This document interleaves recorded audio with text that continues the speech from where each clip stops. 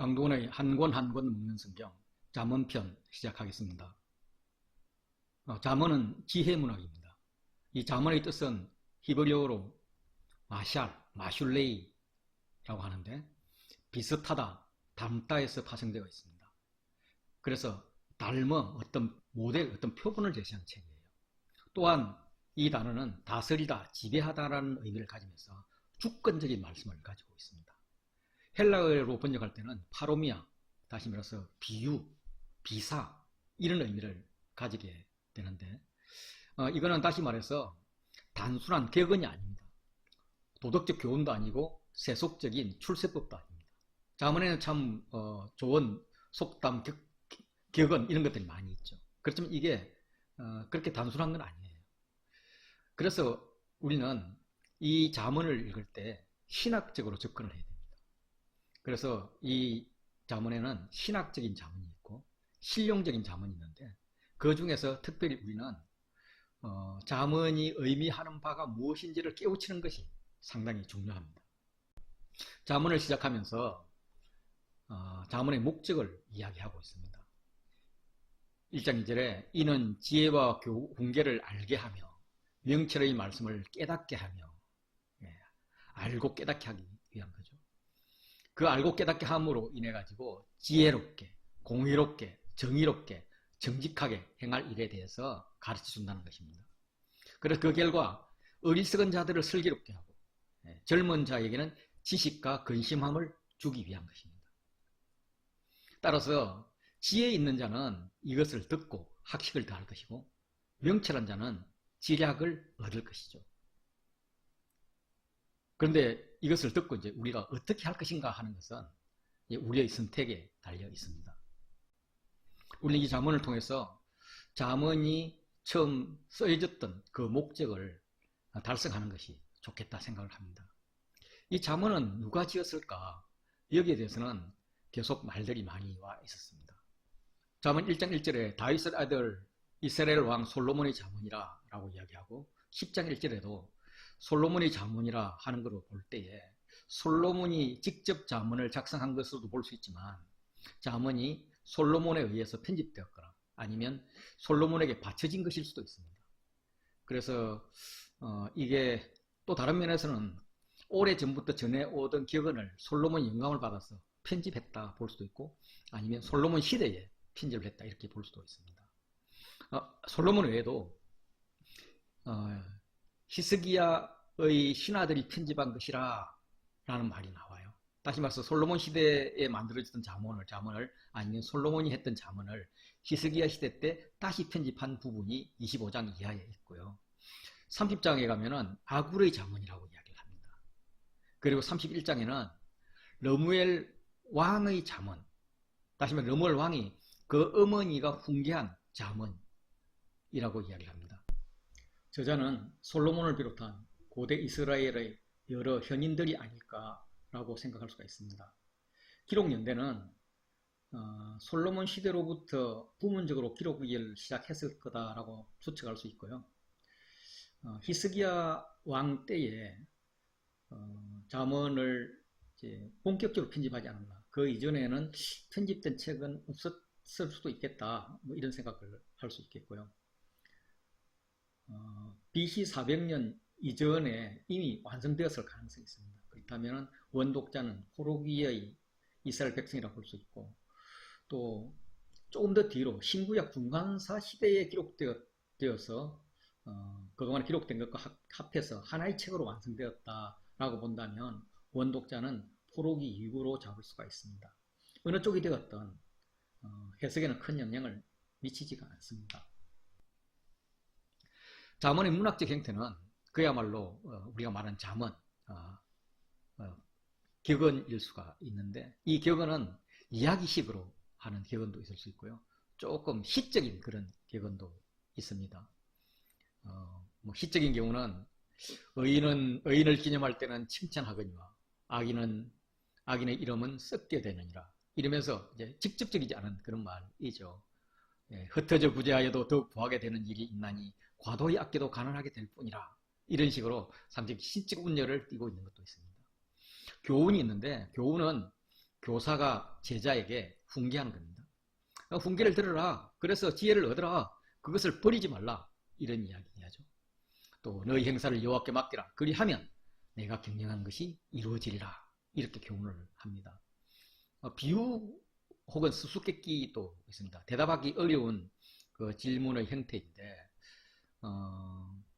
여호와께서 미워하시는 것 곧 그의 마음에 싫어하는 것이 예률꽃까지니 하면서 7가지 이야기를 하고요.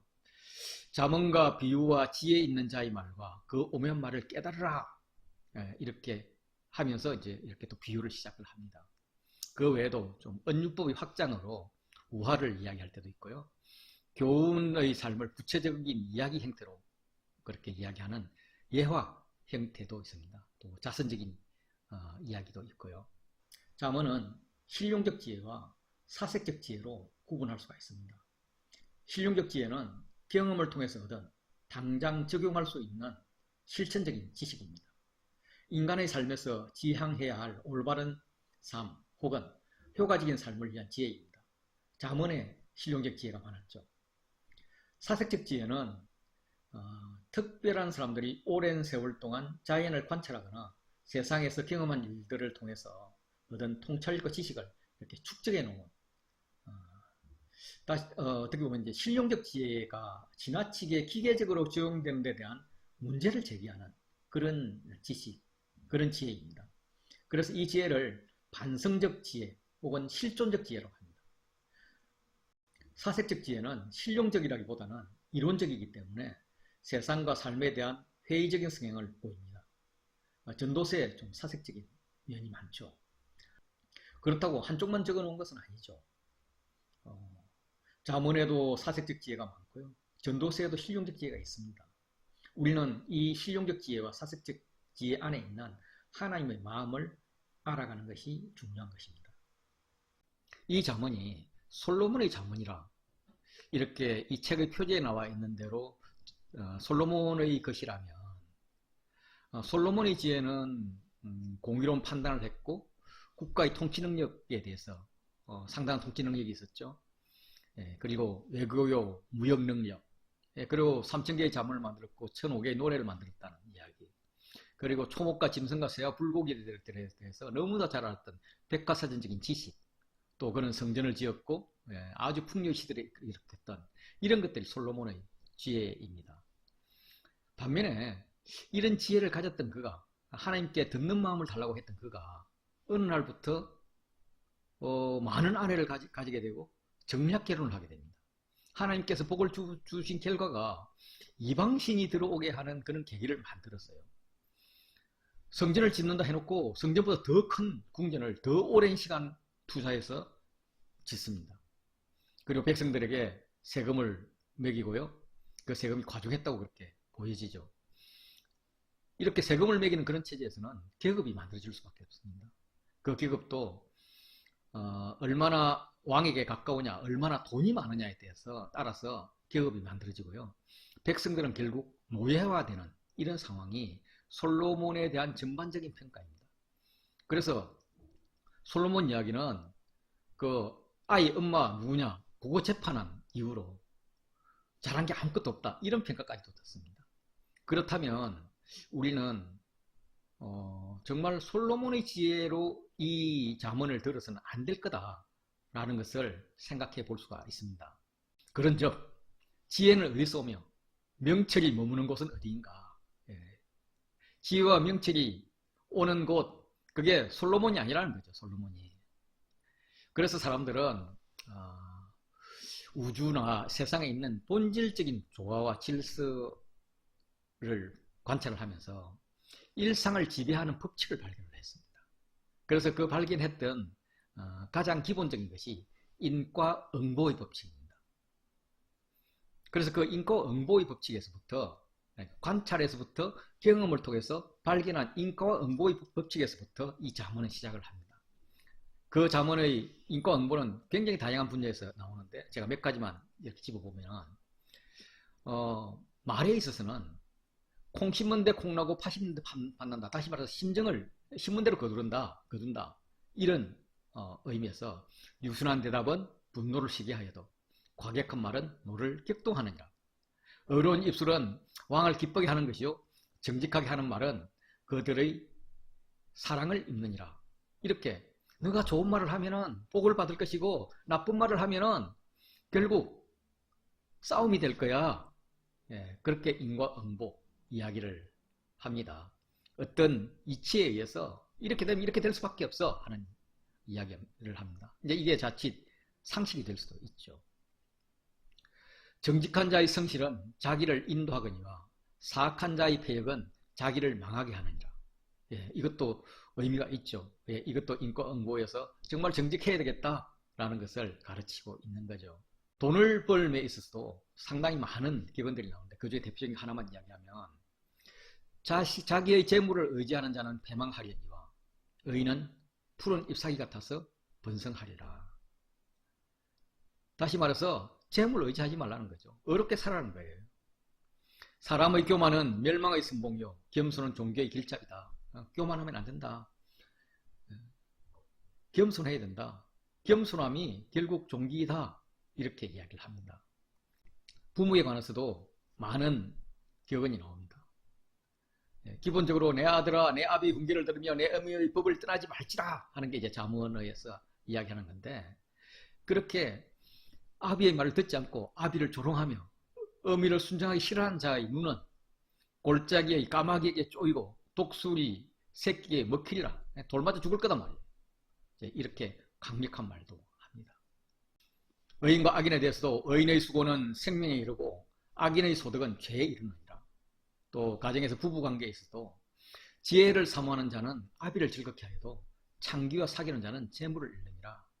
지혜로운 아내를 사모하라는 겁니다. 창기를 그런 세상적인 것을 사귀면 안 된다는 거예요. 이 가정은 공동체로 이어집니다. 성읍은 정직한 자의 축복으로 인하여 진흥하고 악한 자의 입으로 말미암아 무너지느니라. 그래서 이 성읍 공동체에서는 정직한 자가 받아야 될 축복이 필요하다. 정직한 자가 잘 돼야 된다. 이렇게 인과응보 이야기를 하고 있는데 현실을 보면 사실 인과응보가 맞아요. 대부분 맞아요. 대부분 맞는데 현실을 보면 반인과응보적인 현실이 너무도 많더라는 거예요. 악이 너무나 융성하고 의인이 고난을 받아요. 아니 이 인과응보의 법칙에 의하면 악은 멸망하고 의인이 잘 돼야 되는데 의인이 융성을 받아야 되는데 왜 이런가? 그래서 이 우주의 섭리를 보니까 반인과응보의 현실이지만 또 인과응보하고는 전혀 관계없는 초인과응보적인 그런 것들이 있더라 하는 거죠. 그게 이제 시편 73편이 이제 짧은 걸로는 아주 대표적이고 하박국도 있고요. 욥기라든지 다른 모든 성경에서 세상은 인과응보가 아니다라는 것을 이야기를 하고 있습니다. 그럼 인과응보가 아닌 그 초인과응보에는 누가 개입을 하나? 우리가 이걸 봐야 되는 거죠. 제가 그래서 이제 잠언하고는 좀 떨어져 있지만 이 시편과 하박국과 욥기를 간략하게 해석을 해드리도록 하겠습니다. 이 인간의 지혜로는 이해하기 어려운 반인과론인 방법으로 역사를 주관하는 분이 있다. 그분은 이성적이고 합리적이고 논리를 초월하는 어떤 그런 분이다. 이런 것을 계속적으로 이야기를 하고 있습니다. 시편 73편을 간략하게 소개를 하면 이 시인이 하나님이 참으로 이스라엘 중에 마음이 정결한 자에게 선을 행하시나. 나는 안다는 거예요. 시인은 아는 게 이스라엘 중에 마음이 정결한 자에게 의인에게 선을 행한다는 것은 불변의 진리라고 배워왔다는 거죠. 그리고 거기에 대해서 인정을 한다는 거예요. 하는데 나는 거의 넘어질 뻔하였고 나의 걸음이 미끄러질 뻔하였으니 내가 그게 정말 아니구나. 뭔가 내가 잘못 알아했구나. 이러면서 실족할 뻔했다는 거죠. 왜 실족하려고 했느냐 하면 3절 보시면 이는 내가 악인의 형통함을 보고 오만한 자를 질투하였음이로다. 악인이 형통한다는 거죠. 말도 안 된다는 거죠. 오만한 자가 저렇게 잘 되다니. 그들은 죽을 때도 고통이 없고 힘이 강건하고 그들이 고난 당하는 일이 없어요. 재앙도 없어요. 그냥 교만 충만해요. 거기다 막 강포한데 그런 삶이 강포함에도 불구하고 그를 아무도 하나님께서 그냥 내버려 두는 거예요. 그래서 이 시인이 본 악인들은 12절 보시면 이들은 악인들이라도 항상 편하고 재물은 더욱 불어나노도다. 이게 말이 되느냐는 거죠. 그러면 반면에 시인은 어떠냐? 내가 내 마음을 깨끗하게 하며 내 손을 씻어 무지하게 하다 한 것이 실로 헛되도다. 내가 정말 의롭게 살라고 애를 쓰고 죄 없이 살라고 그렇게 애를 썼던 그것이 헛되다라는 거예요. 왜냐하면 14절 나는 종일 재난을 당하며 아침마다 징벌을 받는다. 내가 얼마나 고마나 나는 이렇게 정말 제대로 하나님 믿고 살라 그러다가 오히려 더 재난을 당하고 오히려 더 징벌을 받는 것 같다라는 거죠. 그래서 시인이 세상 사람과 똑같이 산다 그러면 똑같이 말을 한다면 나는 주의 아들들의 세대에 대하여 악행을 행하였으리라 차라리 그냥 악인이 되는 게 더 낫겠어 라고 말을 할 수 있었을 거라는 거죠. 그러니까 이게 내가 배운 것과 지금 현실이 너무 다르기 때문에 이걸 어떻게 할까 하고 이것이 정말 나에게 심한 고통이 되었습니다. 우리가 크리스찬으로 치면은 예수를 믿은 지 너무나 오래돼서 교회 깊숙이 들어왔는데 내 삶은 더욱더 어렵고 더 풀리지 않는다는 그 현실 가운데서 내게 있던 그 문제는 점점 더 새로운 방향으로 새로운 문제로 그렇게 깊숙이 들어가는 그것을 보면서 야 지금 와서 되돌릴 수도 없고 더 앞으로 나가기 두렵고 이런 상태였다는 거죠. 그래서 얼마나 그게 고통이 되었을까. 그런데 17절 보시면 하나님의 성소에 들어갈 때에야 그들의 종말을 내가 깨달았도다. 하나님의 성소에 들어갈 때, 다시 말해서 내가 얘기할 때, 성령 충만할 때 하고 깨달았다는 거죠. 특별히 악인의 종말들을 내가 깨달았다는 겁니다. 시편 73편에서 참으로로 시작했는데 이제 다시 18절에서 참으로가 나오면서 주님께서 참으로 그들을 미끄러운 곳에 두시며 파멸에 던지시는데 그들이 잘 나가는 것 같지만 한순간에 놀랄 정도로 황폐하게 된다는 겁니다. 이 현상을 보고 나니까 주님 그동안에 내가 생각했던 것 너무나 잘못했습니다. 죄송합니다. 나는 정말 얼마나 우매무지한지 주님 앞에서는 짐승이나 다름없습니다. 라고 고백을 하는 겁니다. 그래서 주께 대해서 고백을 하죠. 주의 교훈으로 나를 인도하시고 후에는 영광으로 나를 영접하시리니 하늘은 주 외에 누가 내게 있으리요. 땅에서는 주밖에 내가 사모할 리가 없나이다. 주님이 난 너무 좋습니다. 이런 나를 이렇게 보살펴주는 주님이 너무 좋습니다. 이렇게 고백하는 겁니다. 그러면서 마지막으로 하나님께서 가까이 하면 내게 복이라. 내가 주 여호와를 나의 피난처로 삼아 주의 모든 행적을 전파하리이다. 내가 주님과 함께 있는 게 얼마나 행복한지요. 나는 주님의 보호 아래 주 안에 있을 겁니다. 그리고 주의 모든 행적을 나는 전파할 것입니다. 이렇게 고백하는 것이 시편 73편입니다. 이런 시각으로 이 전도서를 읽으면서 전도자가 무엇을 어떻게 깨달았는가? 나는 이걸 통해서 무엇을 깨달았는가? 이걸 생각해 보면 좋을 것 같아요. 욥기도 같은 개념이죠. 욥기도 이제 1장, 2장이 이제 새로운 기업인데 하나님과 사탄이 내기를 하잖아요. 사탄은 욥이 저렇게 착한 게 까닭이 있다는 거고 하나님은 아니 뭐 내 자녀이기 때문에 나를 사랑하는 거야. 그래 사탄이 그러면 하나님처럼 울타리를 한번 걷어봅시다 하면서 재산과 가족을 다 걷어들이고 좀 이따 건강까지 걷어들이는데 욥이 고뇌를 하죠. 하나님 내가 하나님 잘 믿으려고 이렇게 애를 썼는데 도대체 내가 이 고난이 왜입니까? 또 친구들이 와서 막 이야기하죠. 하나님만 너 고난 당하는 거 보니까 너 뭐 잘못했네 막 이렇게 이야기하잖아요. 그래서 욥이 그렇게 고뇌를 합니다. 친구들의 사고방식에는 권성지각이었고 욥은 아닌 것 같아. 인과한 거 맞는데 아닌 것 같아 내가 한 경우는. 그럼 친구들은 아니야 임마 제대로 알아봐봐. 너 잘못했어. 지금이라도 회개해. 그리고 하나님 찾으면 될 거야. 이렇게 하는데 나 그렇지 않아. 이런 갈등을 계속하면서 42장 5절 6절에 욥이 깨우치죠. 내가 주께 대하여 귀로 듣기만 하였사오나 이제는 눈으로 배움나이다. 새로운 깨침이 있었던 거죠. 그래서 내가 스스로 거두어들이고 티끌과 제 가운데서 회개하나이다. 이러면서 나는 새로운 눈을 떴습니다. 하나님과 새로운 관계를 형성했습니다. 하면서 깨달음을 이야기를 하는 거죠. 하박국도 마찬가지입니다. 하박국은 백성이 너무나 어려워진 이유가 저 지도자들, 저 나쁜 지도자들 때문이다. 그래서 하나님 이렇게 하셔도 됩니까? 어찌하여서 내가 부르짖어도 주께서 듣지 않습니까? 언제까지 안 들어줄 것입니까?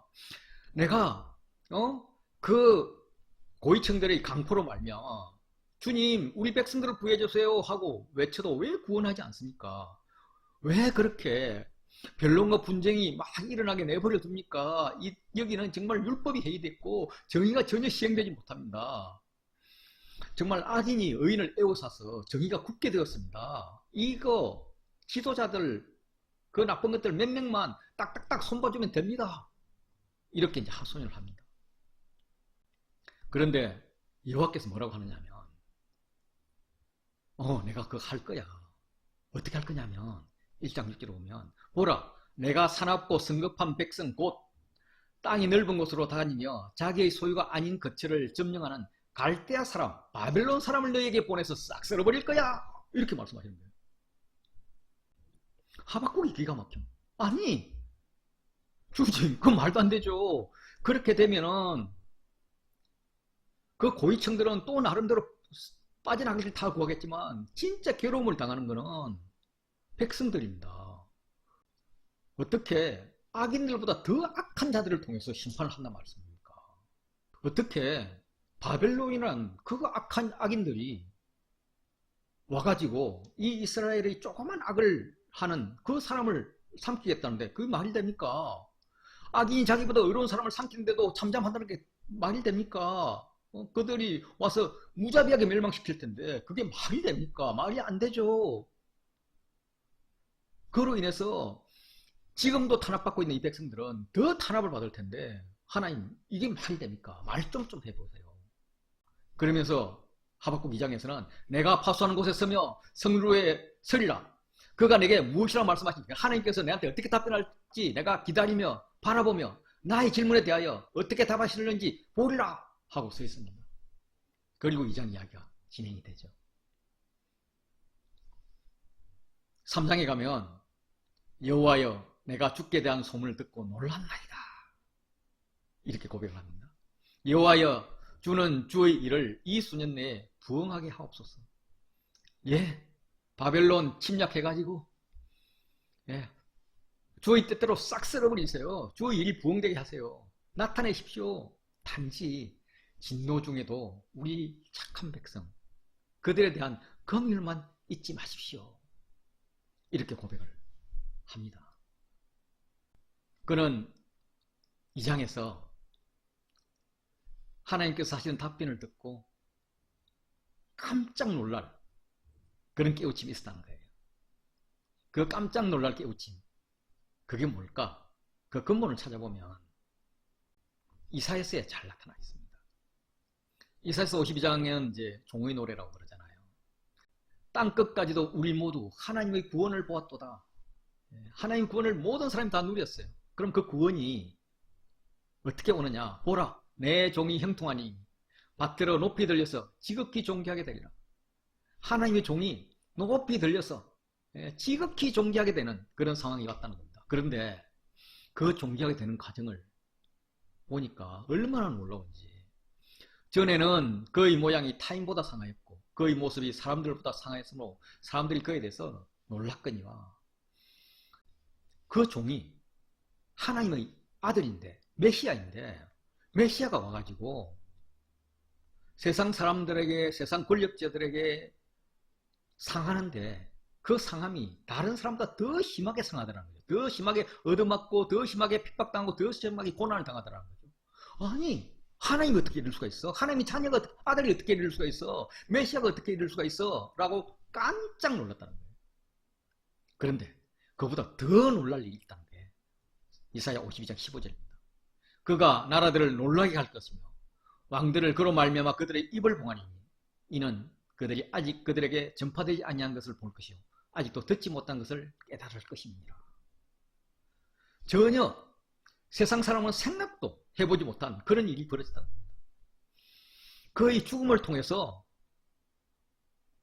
사람들이 구원을 받더라는 거예요. 부활이 일어나더라는 거예요. 할렐루야! 어떻게 이런 일이? 이런 놀라운 일. 다시 말해서 우리의 상식으로는 도저히 생각할 수 없는 그런 일들에 대해서 잠언이 나름대로의 인과응보에서부터 초인과응보적인 이야기들을 계속하고 있는 겁니다. 궁극적으로 잠언이 하고자 하는 이야기는 하나님의 비밀인 예수 그리스도입니다. 잠언은 지혜의 책입니다. 그 지혜가 어디 있느냐? 그 안에는 지혜와 지식의 모든 보화가 감춰져 있느니라. 그는 예수 그리스도라는 거예요. 바울은 이걸 이렇게 표현해요. 십자가의 도라고 표현해요. 그 십자가의 도가 일반 사람들에게 보면 미련한 거예요. 그렇지만 구원받는 우리에게는 그게 하나님의 능력이야. 십자가의 죽음이 하나님의 능력이야 라고 이야기합니다. 그 십자가의 죽음은 지혜, 총명 이런 거로는 이해가 안 돼. 유대인들은 표적을 구하고 헬라인들은 지혜를 찾지만 우리는 십자가에 못 박힌 예수 그리스도를 전한다. 이게 유대인은 그거 너무 저주스러워. 이방인은 그거 너무 잔인해 라고 이야기를 하지만 우리에게는 그 십자가에 죽으신, 그 십자가에 죽는 방법으로 그렇게 우리를 구원하신 그 하나님의 방법이, 그 예수님이 정말 하나님의 능력이요 하나님의 지혜이다라는 거죠. 그래서 우리가 이 잠언을 통해서 정말 하나님의 능력, 하나님의 지혜가 무엇인지 이걸 찾는 것이 중요하다고 생각을 합니다. 그래서 잠언에는 중간중간 결론적으로 모든 것을 여호와께 돌려요. 가난한 자와 부한 자가 함께 살지만 그 모두를 지으신 이는 누구라고요? 여호와라고요. 악인과 의인이 함께 살지만 그 모두를 지으신 이가 누구라고요? 여호와라고요. 그렇기 때문에 내 마음으로 죄인의 형통을 부러워하지 말라. 대신 항상 여호와를 경외하라. 하나님 뜻이 있겠지. 하나님께서 어떻게 하시겠지. 너는 악인의 형통을 부러워하지 말라. 그와 함께 있으려고도 하지 말고 그 근처도 가지 말라는 거예요. 악인이 잘 된다고 솔깃하지 말라는 거예요.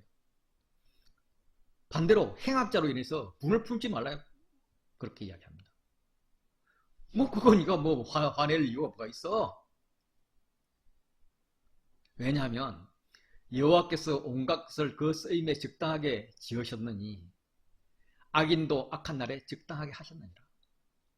하나님께서 악인을 통해서도 이 우주를 움직인다는 거예요. 욥기에도 그 우주적 괴물인 리보야단이나 베헤못을 통해서도 우주의 질서를 이끌어간다는 말씀입니다. 악인도 악한 날에 적당히 사용되기 위해서라는 거죠. 그러니까 너가 조금 안다고 까불지 말라. 스스로 지혜롭게 여기지 말라. 단지 여호와를 경외하라. 그리고 여호와의 말씀을 안 듣는 악에서 떠나라 라고 이야기를 합니다. 그래서 잠언이 이야기하는 지혜의 최고봉은 뭐냐? 여호와를 경외하는 것이 지식의 근본이다. 미련한 놈들은 이거 안 들어. 여호와를 경외하는 것이 지혜의 근본이다. 거룩하신 하나님을 아는 것이 명철이다 라고 말씀하십니다. 15장 33절에도 여호와를 경외하는 것이 지혜의 훈계다. 여호와 앞에 겸손하라. 그게 네가 존귀하게 되는 길이다. 그렇게 여호와를 경외하면 어떻게 될까? 장수한다, 장수. 장수가 어디서 나온다고? 건강에서? No. 여호와를 경외함으로써. 여호와를 경외하면 보상은 뭐냐? 재물과 생명과 영광이야. 재물 원하지? 영광, 생명 더 귀한 거예요. 어디서? 여호와를 경외함으로써. 고운 것, 아름다운 것, 그거 아무 소용없다. 여호와를 경외하는 여자, 남자가 칭찬을 받는다. 궁극적으로는 예쁘냐, 건강하냐, 공부 잘하냐, 머리 좋으냐가 아니라 여호와를 경외하느냐가 칭찬의 대상이라는 겁니다. 여호와를 경외하는 자는 견고한 의뢰가 있다. 그 자녀들에게는 피난처가 있다. 여호와를 경외가 알파와 오메가다라고 말씀하시는 게 이 잠언입니다. 잠언은 표제를 중심으로 보면 1장부터 9장까지는 솔로몬의 잠언입니다. 첫째 모음집이고요. 10장부터 22장 16절까지가 이제 솔로몬의 잠언 둘째 모음집이에요. 그리고 22장 17부터 24장 22절까지가 지혜 있는 자의 말씀 모음집입니다. 그리고 24장 끝부분이 그 지혜에 대한 부록 형태로 정리를 하고 있습니다. 25장 1절부터 29장 27절은 솔로몬의 잠언인데 세 번째 모음집이죠. 이거는 히스기야의 신하들이 편집한 것입니다. 그리고 아굴의 잠언이 나오고요. 르무엘 왕 어머니가 훈계한 잠언이 나오고요. 그리고 현숙한 여인이 마지막으로 나옵니다. 요거에 대해서 개략적으로 훑어보도록 하고요. 이것을 어떤 이야기나 논리로 보는 것보다는 잠언을 읽다가 마음이 와닿으면 거기서 잠시 머무르면서 그 잠언의 뜻을 이렇게 새기고 내 삶을 한번 돌아보고 그러면서 거기서 여호와를 찾고 예수 그리스도를 찾는 그런 묵상이 잠언 묵상에서 참 좋다 생각이 듭니다. 1장부터 9장까지는 솔로몬의 잠언 첫째 모음집인데요. 잠언에는 이제 내 아들아로 시작하는 말씀이 많습니다. 1장부터 7장까지만 해도 15번 내 아들아, 내 아들아, 악한 자가 너를 깰지라도 따르지 마라. 내 아들아, 내 아비 훈계를 듣는 내 어미의 법을 떠나지 말라. 이렇게 이야기를 합니다. 이게 신명기에서 이제 들으라 이스라엘, 세마에도 나오지만 4장부터 나오는데 이스라엘아 라고 부르는 그 이스라엘아가 이제 잠언에서는 내 아들아 라고 나옵니다. 훈계자는 여호와겠죠. 또 여호와를 대표해서 아비의 훈계, 아버지가 아들에게 한 훈계 형태로 4장부터 7장까지 나오고요. 그리고 8장 9장은 지혜를 의인화해서 지혜가 훈계를 하는 겁니다. 2장 7절을 보면 그는 정직한 자를 위하여 완전한 지혜를 예비하시며 행실이 온전한 자에게 방패가 되시나니, 하나님께서는 완전한 지혜를 준비하고 계시다는 겁니다. 그래서 10절 곧 지혜가 내 마음에 들어가며 지식이 내 영혼을 즐겁게 할 것이요, 그 지혜, 그 하나님 주신 지식을 내 마음에, 내 영혼 속에 넣어라. 내 안에 하나님이 계시게 하라. 이렇게 이야기를 합니다. 이 지혜는 악한 자, 음녀의 반대말이 됩니다. 내 아들아, 악한 자가 너를 깰지라도 따르지 마라. 너는 지혜를 따르라. 하나님을 따르라는 거예요. 지혜가 또 너를 음녀에게서, 말로 호리는 이방 계집에게서 구원할 거다. 너에게 지혜가 있다면, 너가 성령 충만하다면, 너에게 하나님이 있다면 너는 음녀나 이런 호리는, 말로 호리는 이 이방 여인에게 구원받을 것이다. 이것이 너를 지켜 악한 여인에게, 이방 여인의 해로 호리는 말에 빠지지 않게 하리라. 이러면서 지혜와 음녀를 이렇게 대조시키고 있습니다. 마치 요한계시록 보는 것 같죠? 요한계시록에 나오는 그 음녀.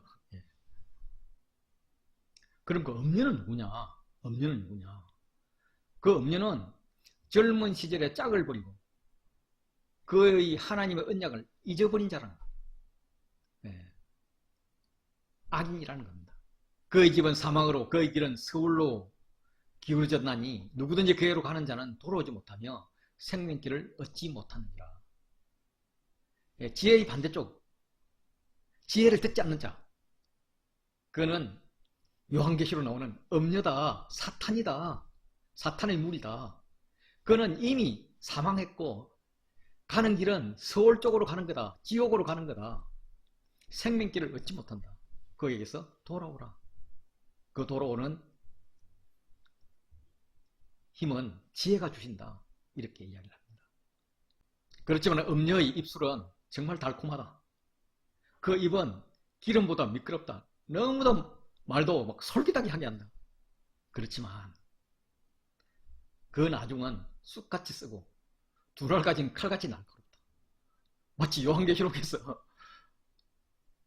이 두 마리를 먹어버리라. 그게 입에는 꿀같이 날 것이고 배에는 쓸 것이다. 그 말과 똑같아요. 음료도 그렇대요. 음료도. 그래서 헷갈린다는 게 헷갈려요. 그래서 어떻게 살 것이냐. 주를 찾을 수밖에 없는 거죠. 주님이 주신 말씀에 근거해서 그 말씀에서 주님이 의미하셨던 바가 무엇인지를 계속적으로 묵상할 수밖에 없다는 겁니다. 그래서 음료를 따라가는 그 발은 사지로 내려가고 그 걸음은 서울로 나아갑니다. 그는 생명의 평탄한 길을 찾지 못하며 자기 길이 든든하지 못하여도 그것을 깨닫지 못합니다. 사르는 판을 걸어가도 모른다는 거예요. 그런즉 아들들아 나에게 들으며 내 입의 말을 버리지 말라. 말씀을 버리지 말라는 거예요. 하나님의 음성을 듣고 하나님의 말씀을 지키라는 겁니다. 그것만이 살 길이라는 거죠. 동시에 내 길을 그 음력에서 멀리하라. 그의 집 문 가까이도 가지 말라. 왜냐하면 존명을 잃어버릴지 일찍 죽게 될지 그게 두렵다라는 거예요. 그래서 음료를 찾지 말고 내 우물에서 물을 마시라는 거예요. 내 샘에서 흐르는 물을 마시라. 가정의 아내를 사랑하라는 겁니다. 어찌하여서 내 샘물을 집 밖으로 넘치게 하며 내 도랑물을 그리로 흘러가게 하겠느냐. 이제 가정 이야기를 좀 이렇게 은유적으로 하는 거죠. 그 물이 너에게만 있고 타인과 더불어 그를 나누지 말라. 내 샘으로 복되게 하라. 즉 내가 젊어서 취한 아내를 즐거워하라. 음녀가 아니라 아내의 이야기를 해요. 그 아내는 사랑스러운 암사슴 같고 아름다운 암노루 같으니 너는 그의 품을 항상 족하게 입으며 그의 사랑을 항상 연모하라. 내 아들아 어찌하여 음녀를 연모하겠으며 어찌하여 이방 계집의 가슴을 안겠느냐. 이러면서 지혜와 음녀, 하나님과 아니면 성령님과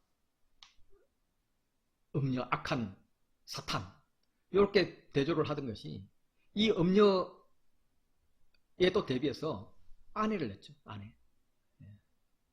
이렇게 이제 연결 하는 겁니다. 그러면서 너가 해야 될 거 지금 아버지가 하는 말 잘 들어. 아빠가 다 경험했던 거야. 이렇게 이야기를 하는 거죠. 이 아버지가 하는 명령은 너에게는 등불이다.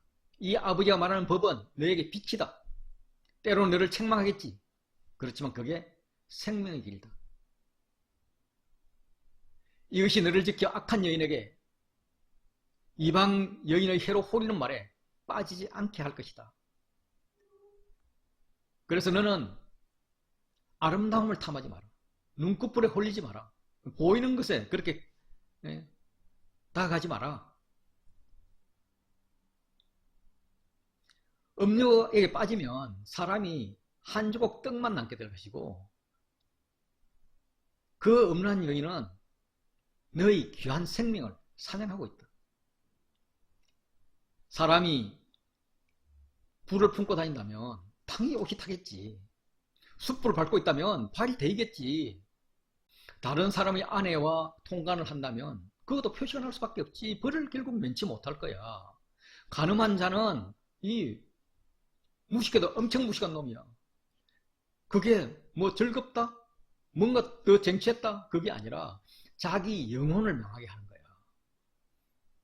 이거는 상과 능력을 받을 뿐만 아니라 이 부끄러움을 씻을 수 없게 되는 거야. 예. 그래서 아버지의 말씀은 점점 더 듣는 자를 좀 아프게 하죠. 훈계가 점점 더 강하죠. 그 아버지가 하시는 말씀 요지는 뭐냐면, 너는 마음을 다하여 여호와를 신뢰하라. 너 명철, 너 지식, 너 경험에 의지하지 말라. 스스로 지혜롭다고 여기지 말라. 그 교만이다. 오로지 여호와를 경외하고 악에서 떠나라. 그래서 내 아들아, 내가 부탁하노니 여호와의 징계를 경히 여기지 말라. 그 꾸지람을 싫어하지 말라. 그래서 여호와의 그 말씀을 지키라. 그가 하시는 근신의 말이 있다면 그 말씀 가운데 있으라. 그렇게 지혜로워야만 영광을 기업으로 받을 것이다. 예, 이러면서 계속 여호와의 징계, 여호와의 꾸지람이 너에게는 약이 될 것이다. 너에게는 생명이 될 것이다. 라고 이야기를 합니다. 아들들아, 아비의 훈계를 들으며 명철을 얻기를 주의하라. 나도 내 아버지의 아들이었으며 내 어머니 보기에 유약한 외아들이었다. 예. 나도 아들일 때 들었던 말이고 그 들었던 말을 심히 체험하면서 증명했던 것이다. 실제로 보면 지혜가 제일이다. 그러니까 지혜를 얻으라. 내가 얻은 모든 것을 가지고 명철을 얻을지어다. 다시 말해서 너의 시간과 재정을 투자해서 지혜와 명철을 얻으라는 거죠. 그 지혜와 명철을 높이라. 그러면 그가 너를 높이 들리라. 만일 그를 품으면 내 안에 지혜가 있다면, 예수 그리스도가 있다면, 성령님이 계신다면, 충만하다면 그가 너를 영화롭게 할 것이다. 이렇게 잠언은 말씀을 하고 있습니다. 잠언 1장부터 9장까지에는 지혜에 대해서 지혜를 의논한 말씀이 3번 나옵니다.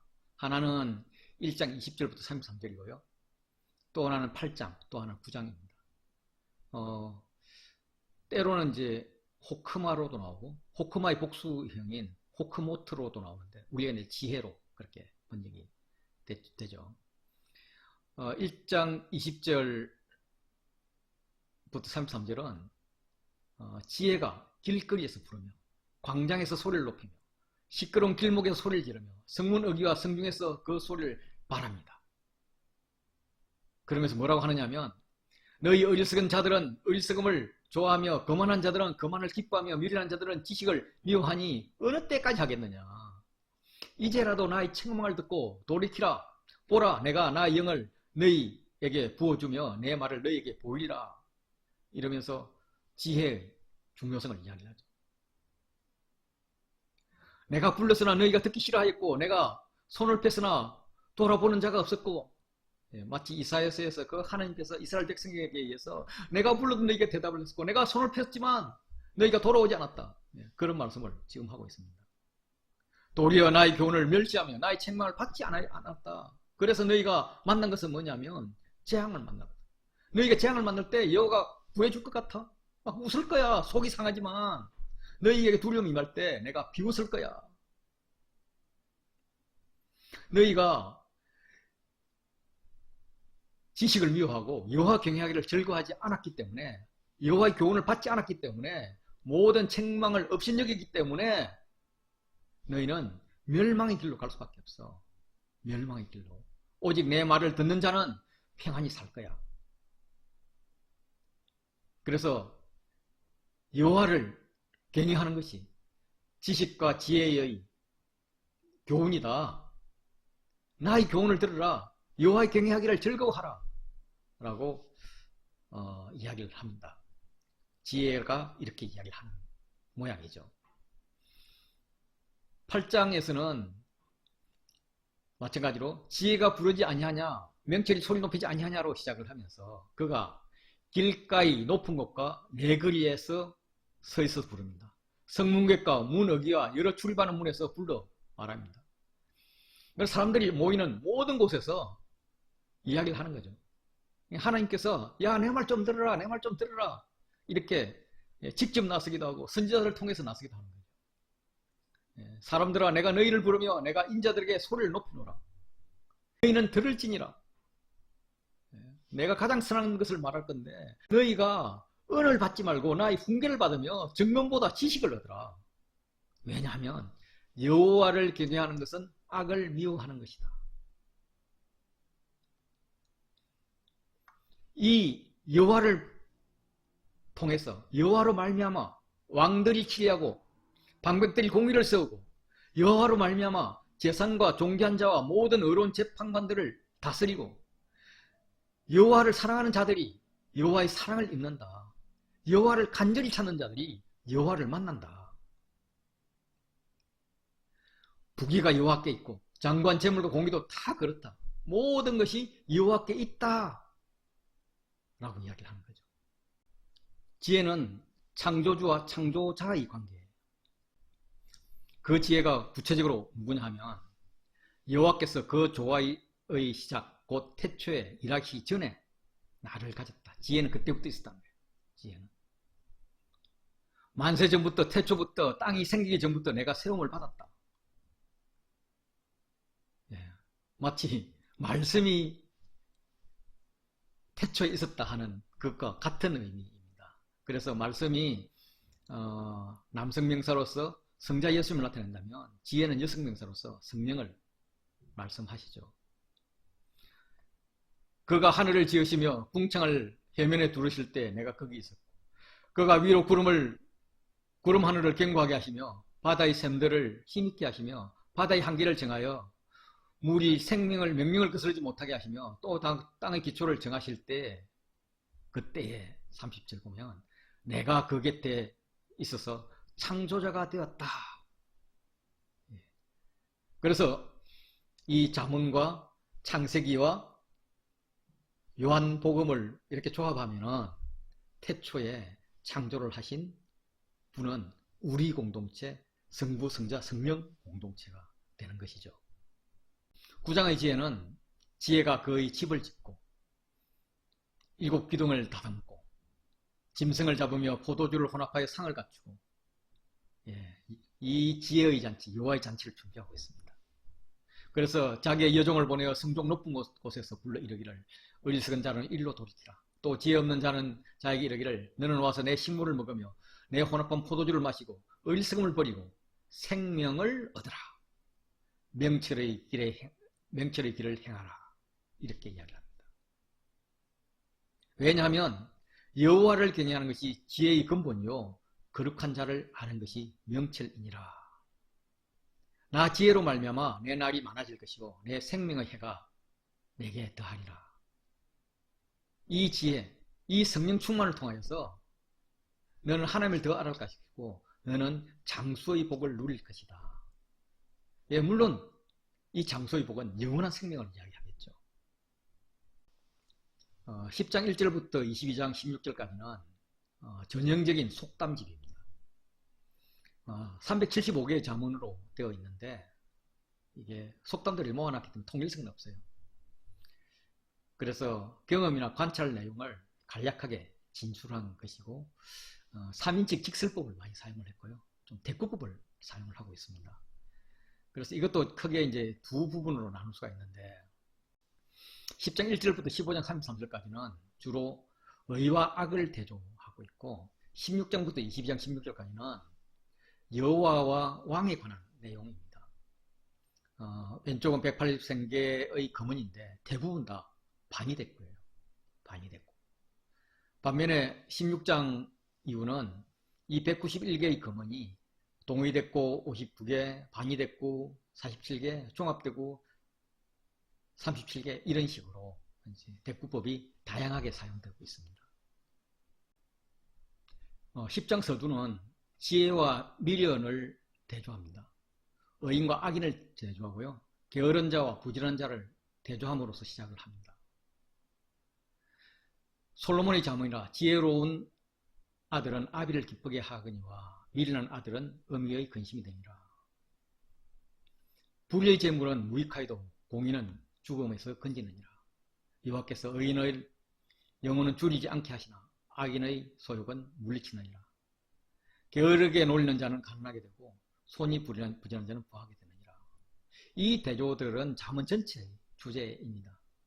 주제인데 이 10장부터 15장까지는 특별히 의인과 악인의 이런 대조가 많고, 의인은 즉 누구냐? 지혜로운 자이고요, 부지런한 자이고요. 악인은 누구냐? 결국 미련한 자이고 게으른 자입니다. 의인과 악인을 대조한 잠언들 몇 가지만 소개해드리면, 의인의 머리에는 복이 많아 악인의 입에는 독을 머금었느니라. 보라, 의인이라도 세상에서 보응을 받겠거든 하물며 악인과 죄인이리요. 의인도 잘못하면 보응을 받는다는 거예요. 그렇기 때문에 악인과 죄인은 얼마나 마지막에 크게 받겠느냐. 지금 그들이 형통하게 보인다고 걱정하지 마라. 그거 가지고 분통해 하지도 마라. 다 하나님께서 하나님이 때에 하실 것이다 라고 이야기합니다. 악인은 불의의 이익을 탐하지만 의인은 그 뿌리로 말미암아 결실을 하느니라. 뿌리가 뭘까요? 지혜죠, 지혜. 부지런함이고요. 의인의 빛은 환하게 빛나고 악인의 등불은 꺼져버리겠죠. 악인은 결국 선인 앞에 엎드립니다. 불의한 자는 결국 의인의 문에 엎드리게 됩니다. 그래서 악인의 길을 미워하셔도 공의를 따라가는 자, 의인, 그가 하나님의 사랑을 받습니다. 16장부터 22장 16절까지는 여호와 그리고 왕에 대해서 많이 나옵니다. 마음의 경영은 사람에게 있어도 말의 응답은 여호와께로부터 나오느니라. 사람이 아무리 자기가 계획을 세워도 결국 그 결과는 여호와께로부터 나온다는 거죠. 사람의 행위가 자기 보기에는 모두 깨끗하여도 여호와는 심령을 감찰하느니라.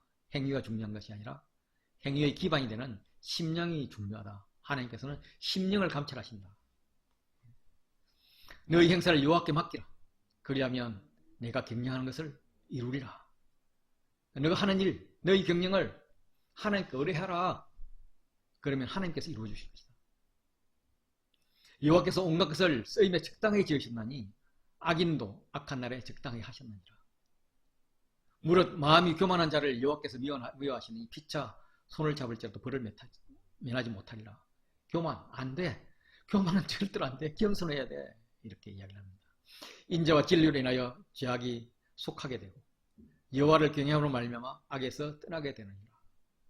결국 여호와를 경외함이 살 길이다 라고 이야기를 하죠. 왕에 대해서도 이렇게 말씀하십니다. 하나님의 말씀이 왕의 입술에 있은즉 재판할 때 그의 입이 거르치지 아니하리라. 왕은 그 재판할 때 그 재판의 말을 하나의 마음으로 해야 될 것이다 라고 이야기하는 거죠. 공평한 저울과 접시 저울은 여호와의 것이요 주머니 속의 저울추도 다 그가 지은 것이라. 결국 뭔가를 판단하고 뭔가를 개선하고 뭔가를 달아주는 것, 이 모든 것이 여호와께로부터 나왔다. 그렇게 여호와의 마음으로, 특히 이제 이 저울 이런 게 나오면 무역을 장사를 할 때도 이 저울이 사용되지만 또 중요한 것은 기근 때 백성들에게 이 식량을 나눠줄 때 이 저울을 사용을 합니다. 이 저울 누가 만든 거라고요? 여호와 하나님께서. 그래서 여호와의 하나님의 마음으로 치리를 하라는 겁니다. 악을 행하는 것은 왕들이 미워할 바니 왕들이 악을 당연히 미워해야죠. 그 보좌가 공의로 말미암아 굳게 씁니다. 왕의 보좌가 굳게 쓰는 것은 의를 이름으로 굳게 쓴다. 의로운 입술은 왕들이 기뻐하는 것이요 정직하게 말하는 자는 그들의 사랑을 입느니라. 왕도 하나님의 대리자라면 당연히 의인을 기뻐할 것이다. 22장 17절부터 23장 34절까지는 두 개로 일단 나눌 수가 있는데 24장 22절까지는 30개의 잠언으로 구성된 그런 지혜 있는 자의 말씀 모음집이고 24장 23절부터 32절은 지혜자의 교훈 모음집의 부록으로 훈계 양식 형식으로 되어 있습니다. 20장 17절부터 21절은 서론으로 지혜 있는 자의 말씀을 들어야 할 이유를 말하고 있습니다. 너는 귀를 기울여 지혜 있는 자의 말씀을 들으며 내 지식에 마음을 둘지어다. 내가 몰약과 지식의 아름다운 것을 너희를 위해 기록하여 내가 진리의 확실한 말씀을 깨닫게 하며 또 너를 보내는 자에게 진리의 말씀으로 화답하게 하려 함이 아니냐. 그래서 내 말을 들으라 라고 이야기를 합니다. 그 목적 하에서 또 이야기를 합니다. 약한 자를 약하다고 탈취하지 말라. 공고한 자를 성문에서 압제하지 말라. 노를 품는 자와 사귀지 말라. 울분한 자와 동행하지 말라. 너는 사람과 더불어 손을 잡지 말며 남의 빚에 보증 서지 말라. 보증의 문제는 자문에 여러 번 나와요. 보증 서지 말라고요. 그리고 내 선조가 세운 옛 지계석을 옮기지 말라. 남의 땅 무력으로 빼앗지 말라는 거예요. 자문에 재밌게 또 술에 관한 경고가 나와요. 20장 1절에 보면 포도주는 거만하게 하는 것이요 독주는 떠들게 하는 것이라 이에 미혹되는 자마다 지혜가 없느니라 이렇게 한번 이야기를 하고 왔는데 23장에서는 29절부터 35절까지가 술에 대한 경고입니다. 재앙이 네게 있느냐, 근심이 네게 있느냐, 분정이 네게 있느냐, 원망이 네게 있느냐, 까닭없는 상처가 네게 있느냐, 붉은 눈이 네게 있느냐, 이런 모든 어려움들 누구에게 있느냐? 술에 잠긴 자에게 있고 혼합한 술을 구하러 다니는 자에게 있느니라. 술 마시면 망조다. 모든 것이 어디로부터 오느냐? 술로부터 온다. 사실 술을 마신다는 것은 맨정신에 할 수 없는 것을 술 마시고 계획한다는 이야기예요. 그 맨정신에 왜 할 수 없을까요? 양심이 찌르니까. 그러니까 그 술 마시고 만든 그 계획 가지고 으쌰으쌰 해가지고 나오는 그 실행은 다른 사람을 핍박하고 압제하는 것이죠. 그 결과 재앙이 자기한테 돌아오는 거죠. 물론 다른 사람도 재앙을 많이 입죠. 포도주는 붉고 잔에서 번쩍이며 순하게 내려가나니 너는 그것을 보지도 말지니라. 포도주 정말 먹음직하다는 거죠. 잘 넘어가는데 그거 보지 말라는 겁니다. 왜냐하면 그것이 마침내 뱀같이 물 것이요 독사같이 쏠 것이며 독이 되어 돌아온다는 거죠. 또 내 눈에 괴이한 것이 보일 것이요 내 마음은 구부러진 말을 할 것이며 구부러진 말을 하는 거죠. 술김에 죄의식 없이 죄의식을 안 느끼려고 일부러 술을 마시는 거예요. 너는 바다 가운데 누운 자 같을 것이요 돛대 위에 누운 자 같을 것이며 언제 빠져 죽을지도 모르면서 누워서 편하다고 이야기하는 거죠. 내가 스스로 말하기를 사람이 나를 때려도 나는 아프지 아니하고 나를 상하게 하여도 내게 감각이 없도다. 내가 언제나 깰까 다시 술을 찾겠다 하리라. 이게 술 취해 본 사람만 알죠. 인사불성이라고 얘기하죠. 그리고 술이 깨면은 다시 술을 찾죠. 이렇게 술에 대한 경고를 아주 적나라하게 하고 있습니다. 옛날이나 지금이나 술은 문제였던 것 같습니다. 어릴 때 그 동네 아저씨들이 불렀던 노래 생각나네요. 술이 원수다. 뭐 이런 노래가 있었어요. 맞다 맞았어 술이 원수다. 제가 어릴 때 하도 그 어른들이 부르는 것을 귀에 박혀가지고 지금도 기억을 하고 있습니다. 게으름에 대한 경고도 있는데 이제 게으른 자, 지혜 없는 자, 미련한 자, 악인 이렇게 연결되는데요. 내가 게으른 자의 밭과 지혜 없는 자의 포도원을 지나며 본적 가시덤불이 그 전부에 퍼졌으며 그 지면이 거친 풀로 덮였고 돌담이 무너져 있기로 내가 보고 생각이 깊었고 내가 보고 훈계를 받았노라. 어떤 훈계? 좀 더 자자, 좀 더 졸자, 손을 모으고 좀 더 누워 있자 이렇게 하고 있더라. 그러니까 그에게 오는 것은 빈궁이요 곰핍이다 라고 이야기를 합니다. 참 재미있는 우화이죠. 그 게으른 자, 그가 지혜 없는 자이고 그가 미련한 자이고 결국 그는 악인이다 라고 이야기하는 거죠. 25장부터 29장은 히스기야 신하들이 편집한 솔로몬 잠언들입니다. 잠언들의 일부분이 주제와 관계없이 그냥 쭉 나열된 것에 비해서 이 희석의 신하들은 이걸 주제별로 배열을 하려고 이렇게 염두를 두었던 것 같습니다. 그래서 한 130개 정도의 자문이 있는데, 왕에 대해서, 신하에 대해서, 또 조금 이따 소개할 텐데, 25장 16절부터 27절은 꿀에서 시작해서 꿀에서 또 끝납니다. 그리고 미련한 자, 게으른 자, 뭐, 이렇게 문제가 있는 사람들, 삶과 우정, 뭐, 충성스러운 목자, 의인과 여호와의 통치, 자녀 양육까지 이렇게 다양하게 나와 있는데 그중 일부만 소개하도록 합니다. 25장의 표제는 이것도 솔로몬의 자문이요 유다왕 히스기야 신하들이 편집한 것이니라 하면서 솔로몬의 자문인데 그 뒤에 히스기야 왕 때에 그때 편집한 것이다 이렇게 이야기를 합니다. 왕에 대해서 이렇게 이야기를 하네요. 이를 숨기는 것은 하나님의 용하여 이를 살피는 것은 왕의 용하다. 하나님은 뭔가 이를 이렇게 감추어 놓고 그것을 참고 이렇게 덜추어내는 것이 왕이래요. 무슨 말인가? 잘 모르겠어요. 3절에 또 그런 말씀이 나오네요. 하늘의 높음과 땅의 깊음 같이 왕의 마음을 헤아릴 수 없느니라. 하나님 마음도 왕의 마음도 헤아릴 수 없다는 거죠. 왕은 자기 마음대로야. 하나님도 자기 마음대로야. 단지 하나님은 자기 마음대로지만 나에게 가장 좋은 하나님 마음대로죠. 왕도 그렇게 백성들이 가장 좋은 마음대로 되면 참 좋겠죠. 그럼 신하는 어떤 태도여야 될까?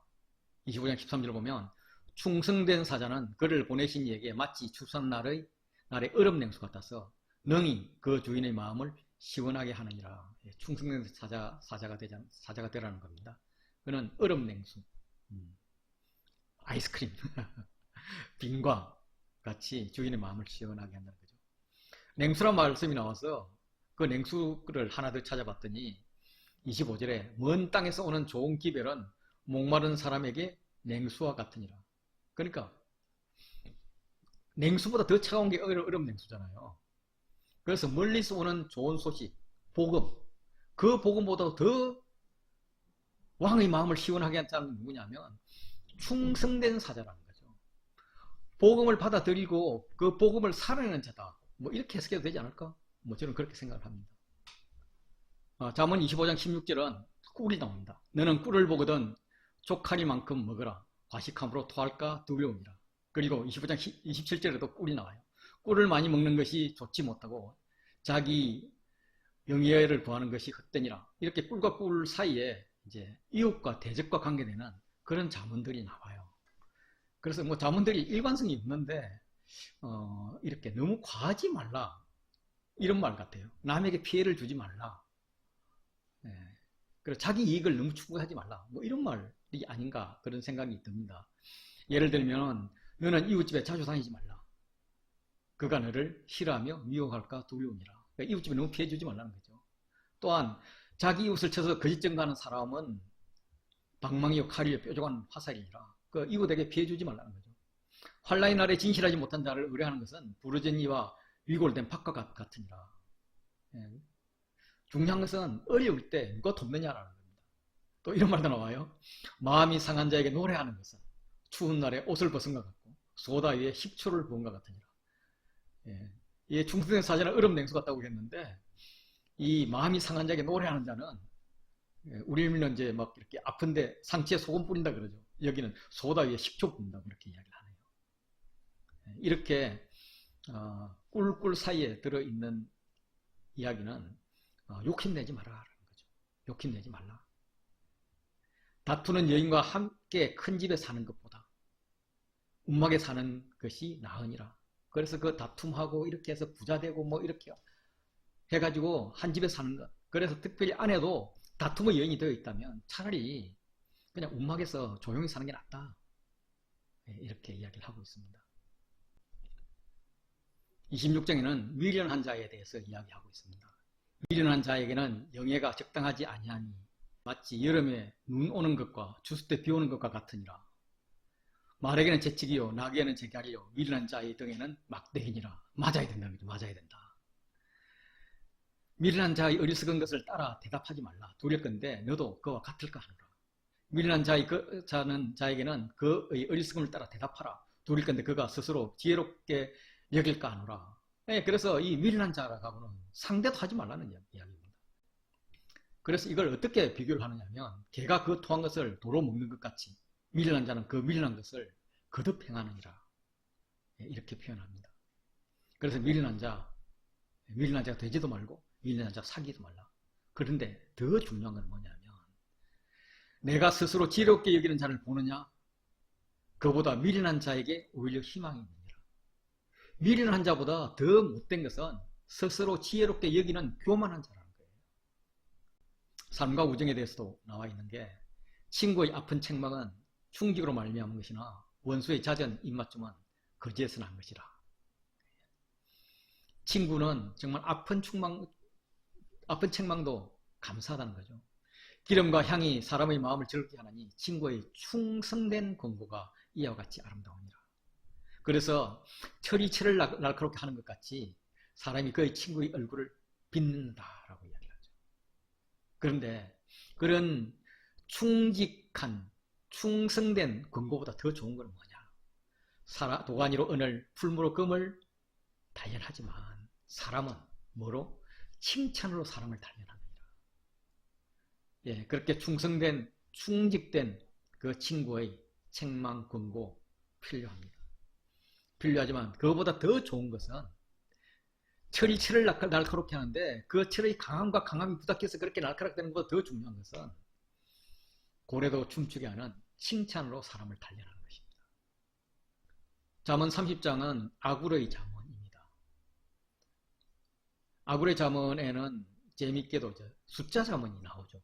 7개의 숫자 잠언이 나오는데 예를 들면 그 머리에게 두 딸이 있어 다오다오 하느니라 족한 줄을 알지 못하여 족하다 하지 아니하는 것이 서넛 있나니 하고 서넛을 이야기해요. 그러면 몇 개가 나올까? 서넛 3개, 4개보다 4개에서 더 큰 4개가 나와요. 그래서 곧 서울과 아이 되지 못하는 태와 물로 채울 수 없는 땅과 족하다 하지 않는 불입니다. 이제 그런 것은 이제 뭐 서넛이 있다, 넷이 있다, 뭐 이렇게 서넛도 나오고 넷도 나오지만 서넛이 나왔다 그러면 4개를 이야기하는구나. 재밌게도 이렇게 표현을 하고 있어요. 3장 29절에도 잘 걸으며 위풍 있게 다니는 것이 서넛 있는데 그거는 짐승 중에 가장 강하여 아무 짐승 앞에라도 물러가지 아니하는 사자와 사냥개와 섬임소와 당할 수 없는 왕이니라 이렇게 나와요. 아굴의 잠언 중에 제일 유명한 것은 3장 7절부터 9절이 아닌가 싶습니다. 이 말씀은 뭐 워낙 유명해서 많은 사람들이 이렇게 가슴에 안고 있는 거죠. 같이 한번 읽어보시죠. 내가 2가지를 주께 구하였사오니 내가 죽기 전에 내게 거절하지 마옵소서. 곧 헛된 것과 거짓말을 내게서 멀리 하옵시며 나를 가난하게도 마옵시고 부하게도 마옵시고 오직 필요한 양식으로 나를 먹이시옵소서. 혹 내가 배가 불러서 하나님을 모른다 여호와가 누구냐 할까 하오며 혹 내가 가난하여 도둑질하고 내 하나님 이름을 욕되게 할까 두려워함이나이다. 예, 우리의 마음을 너무도 잘 표현한 것 같습니다. 부자 되고 싶죠. 예, 그렇지만은 너무 부해도 내가 감당하지 못하겠습니다. 내가 배불러서 하나님을 모른다 여호와가 모른다 하는 것보다는 차라리 배고 고픈 게 낫는데 내가 너무 배고파서 도둑질 해야 된다. 그래서 내 처지가 오히려 하나님을 욕되게 하는 하나님께 영광 돌리지 못하는 그런 처지면 안 되겠습니다. 이런 참 좋은 기도라고 생각을 합니다. 이제 이 기도와 관련해서 잠언에서 부를 어떻게 다루고 있느냐 하는 것을 한번 살펴보겠습니다. 기본적으로 부는 유익해요. 부자의 재물은 거의 경관성이요 가난한 자의 궁핍은 거의 멸망이니라. 부자에게 재물은 그에게 성이 된다는 거죠. 물론 이제 성이 되는 그게 문제가 일 수도 있죠. 그 성만 의지하고 여호와를 의지 않으면 오히려 그게 독이 되지만 어쨌든 유익이 있다는 거예요. 부자의 재물로 인해서 상당히 안전하다는 거죠. 가난한 자는 이웃에게도 미움을 받게 되나 부유한 자는 친구가 많으니라. 그렇지 않습니까? 예. 부자는 가난한 자를 주관하고 빚진 자는 체주의 종이 되느니라. 예, 이런 부자에게 유익이 있어요. 유익이 있지만 그러나 문제도 있다는 겁니다. 이익을 탐하는 자는 자기 집을 해롭게 하나 뇌물을 싫어하는 자는 살게 되느니라. 그래서 이익을 탐하는 자는 결국 부자 되려고 하는 자는 자기만 해롭게 하는 게 아니라 자기 집을 망친다는 겁니다. 사람의 재물이 자기의 생명의 속전일 수는 있지만 재물 때문에 생명을 살릴 수도 있지만 가난한 자는 협박을 받는 일이 없느니라. 부자니까 협박을 받는다는 거죠. 가난하면 협박을 받지도 않는다는 거예요. 그래서 부자의 재물이 좋을 수도 있지만 그로 인해서 나오는 근심, 걱정, 화도 많다는 겁니다. 그래서 부자 되기를 애쓰지 말고 내 사사로운 지혜를 버릴지라. 내가 어찌 허무한 것에 주목하겠느냐. 정녕 재물은 스스로 날개를 내어 하늘을 나는 독수리처럼 날아가느니라. 부자 되기를 애쓰지 말라. 신약에서 계속 누가복음에서 그렇게 이야기하죠. 부자가 아니라 청지기가 되라 그러죠. 청지기. 우리는 이 땅의 나그네이고 이 땅에서 잠시 왔다가 머물다가 다시 갈 건데 나그네인데 계속 가는 사람인데 많은 짐이 필요 없다는 거죠. 부자는 한 곳에 정착해 있는 자입니다. 거기서 막 부를 쌓습니다. 싸우면 뭐냐, 같이 또 나갈 텐데 언제 하나님께서 너를 불러갈지 모르는데. 그러니까 부자 되려고 애쓰지 말라. 단지 하나님께서 주셨다면, 그게 부자보다 더 많다면 그 부를 어떻게 잘 관리할 것인가, 이걸 고민하라라는 거죠. 대저재물은 영원히 잊지 못하나니 멸관이 어찌 대대에 있으랴. 재물만 영원히 잊지 못하나요? 내 자신도 영원히 잊지 못하죠. 이 땅에서는. 물론 영원한 생명은 있지만. 그래서 부에 대한 자세는 내 재물과 내 소산의 처음 읽은 열매로 여호와를 공경하라. 여호와를 공경하라. 너희 재물을 가지고. 그리하면 내 청구가 가득 차고 내 포도즙 털에 새 포도즙이 넘치리라. 여호와를 공경한다고 부자가 되지 않을 수도 있어요. 그렇지만은 너에게 재물이 있어서 뭔가 부유해졌다면 그걸 가지고 여호와를 공경하라. 그러면 더 채워주실 거다라는 겁니다. 여호와께서 주시는 복은 사람을 부하게 하고 근심을 겸하여 주지 않으니라. 우리를 부하게 할 때는 근심이 같이 올 수도 있습니다. 내 금고에 돈이 있다면 그 혹 훔쳐가지 않을까? 뭐 그런 걸 경험해 보지 못했지만 비상금 꼬불쳐 놓을 때 저거 들키지 않을까, 이런 근심을 겸하게 하죠. 그렇지만 여호와께서 주시는 복은 그게 부할지라도 근심이 없다는 겁니다. 겸손과 여호와를 경외함의 보상은, 하나님 앞에 겸손하고 하나님을 경외하면 그 보상은 재물, 영광, 특별히 생명이니라 라고 이야기합니다. 그래서 가산이 적어도 돈이 없어도 여호와를 경외하는 것이 크게 부하고 번뇌하는 것보다 훨씬 낫다. 다시 말해서 여호와께 주시는 복을 받아라. 가난해도 근심이 없고 부해도 근심이 없을 것이다 라는 거죠. 이런 자세를 잘 묵상했던 아굴이 아까도 읽었던 이 기도를 하지 않았을까? 한 번 더 읽어볼까요? 내가 두 가지 일을 주께 구하였사오니 내가 죽기 전에 내게 거절하지 마옵소서.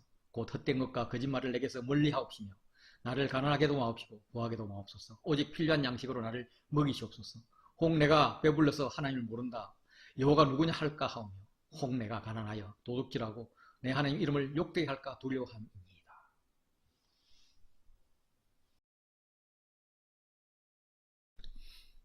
잠언 31장은 이는 마사왕 르무엘의 말씀으로 그의 어머니가 그에게 훈계하시다라고 시작을 하는데, 이 르무엘은 이방 왕입니다. 그런데 르무엘이라는 이름의 뜻은 하나님께 속한이라는 뜻을 가지고 있습니다. 르무엘이 구약 성경에 나오지 않는 것을 볼 때에 원래 이방 지역의 왕이었지만 여호와의 신앙으로 개종한 왕으로 볼 수가 있습니다. 내 아들아, 내가 무엇을 말하랴? 내 태에서 난 아들아, 내가 무엇을 말하랴? 성대로 얻은 아들아, 내가 무엇을 말하랴? 이 어머니는 정말 아들을, 사랑하는 아들에 대해서 내가 뭘 말하겠느냐? 내가 무엇을 말하겠느냐? 내가 너에게 하고 싶은 말이 뭐냐? 그러면서 왕들에게 마땅하지 않는 것을 이야기를 합니다. 그게 뭘까? 르무엘아, 포도주를 마시는 것, 그 왕에게 마땅하지 않는 거다. 독주를 찾는 것, 주권자들에게 마땅하지 않는 거다. 술을 마시다가 법을 잊어버리고 공관자에게 송사를 굽게 할까 두려우니라. 독주는 죽게 된 자를, 포도주는 마음에 근심한 자를 자에게 줄지어다. 그는 마시고 자기 병과 것을 잊어버리겠고 다시 자기 고통을 기억하지 아니하리라. 이렇게 술 마시지 말라고 이야기합니다. 조금 전에도 술에 대해서 경고의 자문이 있었는데 이 술은 그야말로 원수입니다.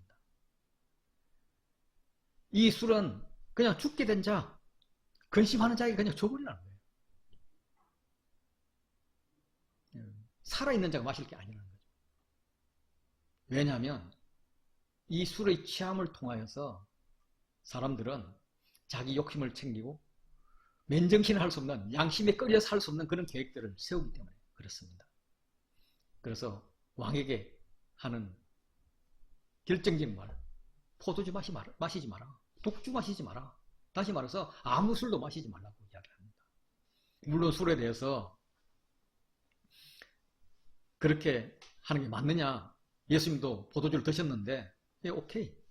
그런데 우리가 그 기준은 정말 이것이 나의 생명을 살리는 거냐, 다른 사람의 생명을 살리는 거냐, 그 생명의 기준을 두면 된다고 생각을 합니다. 왕에게 생명을 위해서, 특별히 백성들의 생명을 위해서 먹지 말라고 권면을 하고 있습니다. 31장 10절부터는 현숙한 여인에 대해서 이야기를 합니다. 현숙한 여인 이야기는 답관체로 되어 있습니다. 다시 말해서 히브리어 알파벳 순서로 이렇게 시작되어 있다는 거죠. 우리는 히브리어를 모르는 입장에서 모르니까. 그렇지만 또 다른 거로는 이렇게 교차대구 구조로 되어 있습니다. 그래서 현숙한 아내의 가치를 이야기합니다.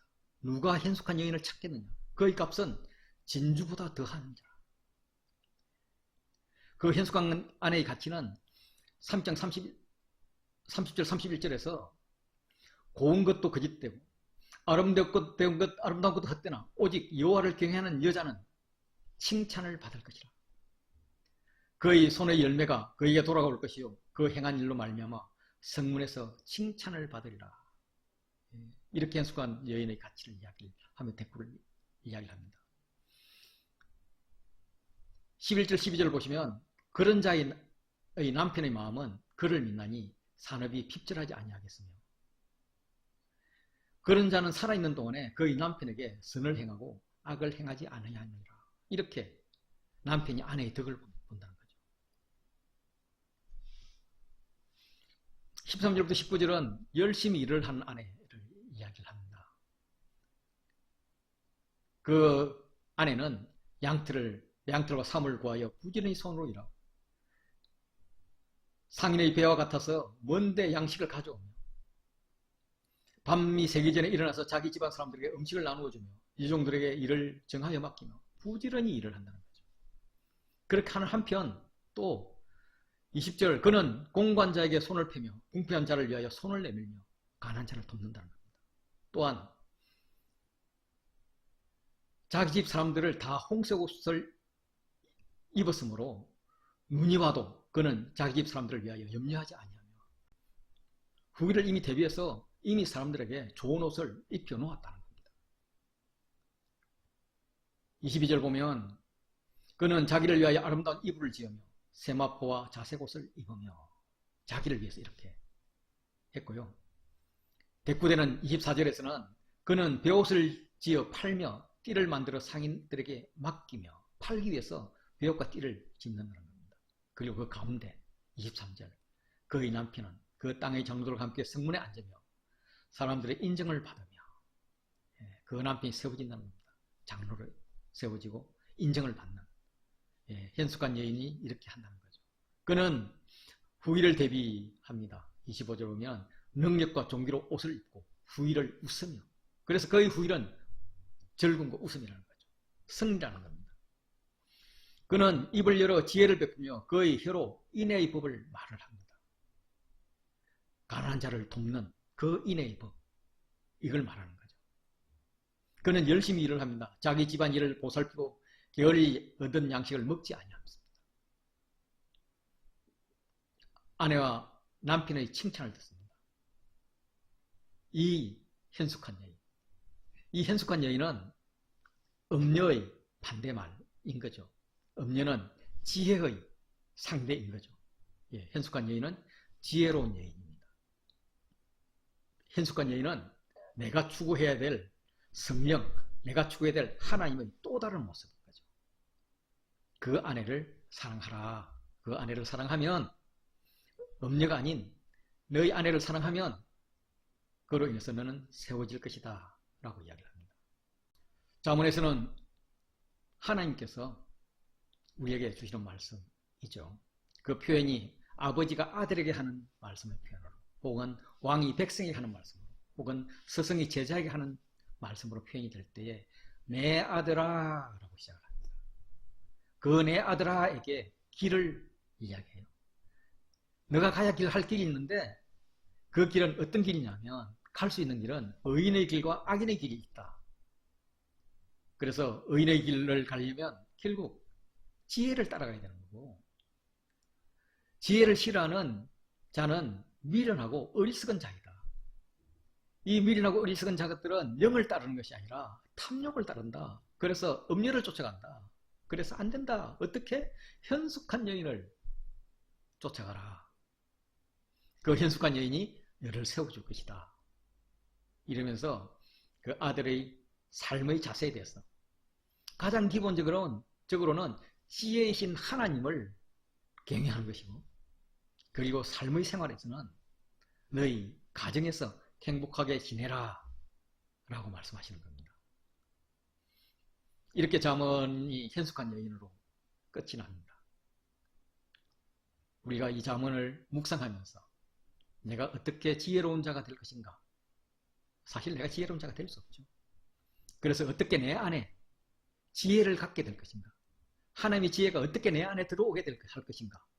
여기에 대해서 고민하며 묵상하며 이 시간을 보냈으면 좋겠습니다.